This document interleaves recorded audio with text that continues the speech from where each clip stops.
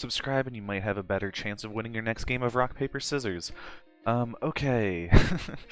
What are we talking about today? So, will you marry me under contract, Your Highness? Uh-huh. Well, not going to lie, this is just one of those... I don't know why I read this. I don't know why you would read this.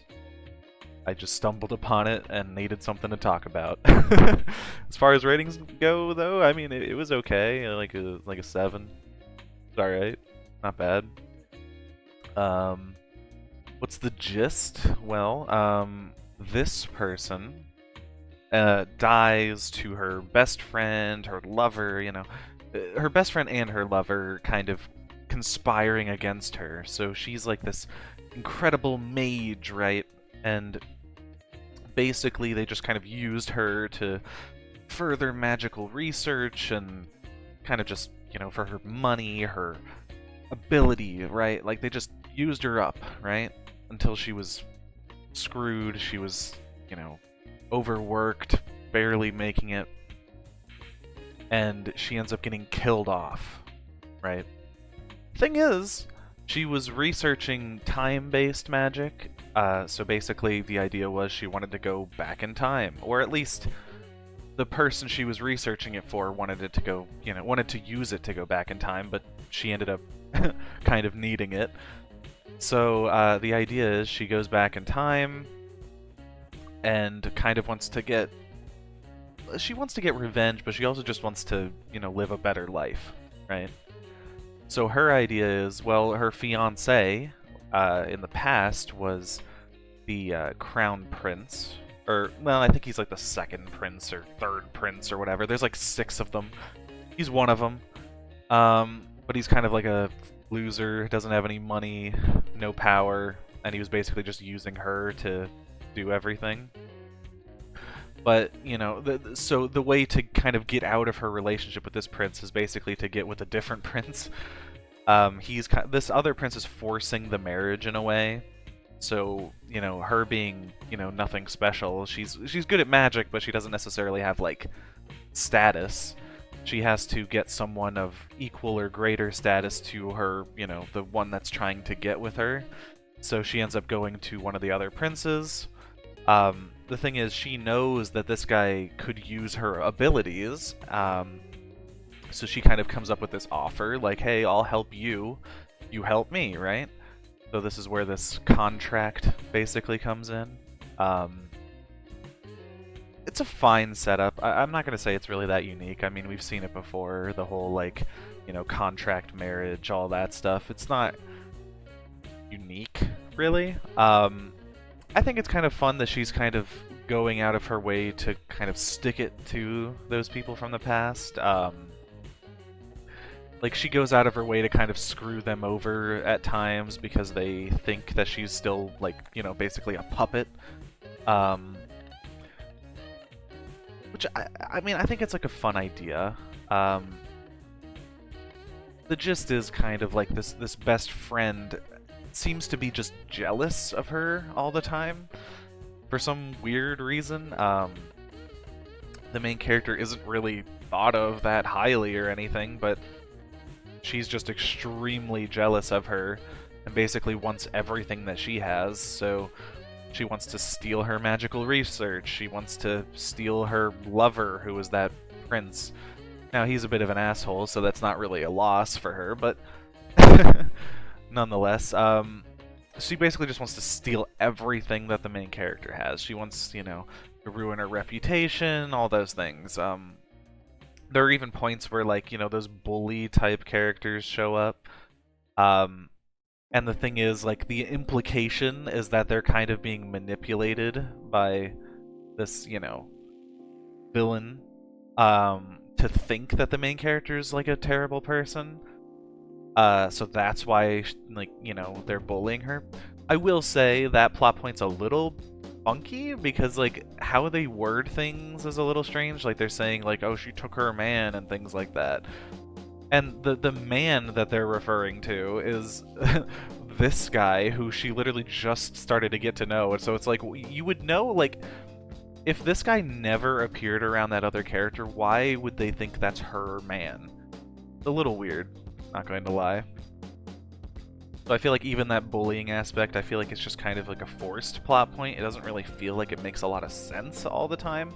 Like, she's like, the main character gets bullied for stuff that, like, I don't even, like, you'd have to see this to believe it. And the idea that, like, I don't know, like 40 freaking people at a party or something believe that she did something and no one lied about it, and like no one told the truth is kind of like, really?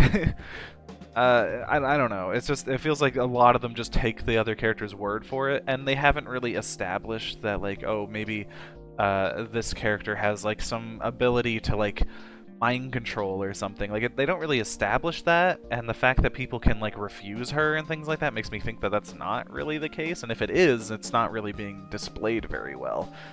So I feel like that whole plot point's a little funky. That other prince type character is just kind of an asshole. Like, he doesn't really do much other than just like show up randomly and be a dickhead. Yeah, I don't know. It's like, there's not really a ton going on. It's basically just these two kind of getting closer. And eventually, you know, she's telling him, like, hey, I'll help you even without the contract and things like that. I'm willing to just help you. So it's kind of like, you know, this burgeoning romance between these two characters. That's, you know, that's the bulk of the story, right? I wouldn't say there's like a ton of substance, you know, it's just kind of going by. They're definitely setting up like the king as like the main villain. He's like, they, you know, there are implications that he kind of wants to travel back in time. There are implications that, you know, he has abilities that he's hiding. It's just,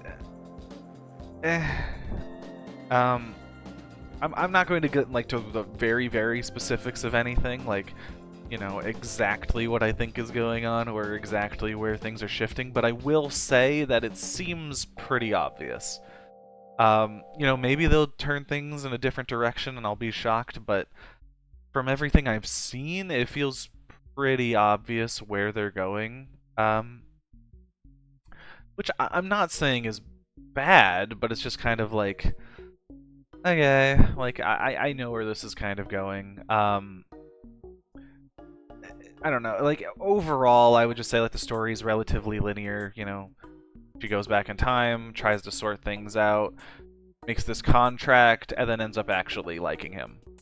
It's a pretty, you know, basic story. We've seen it a million times. As far as, like, if it does anything super unique, her character's a little interesting because she actually has, like, relatively decent abilities that she shows.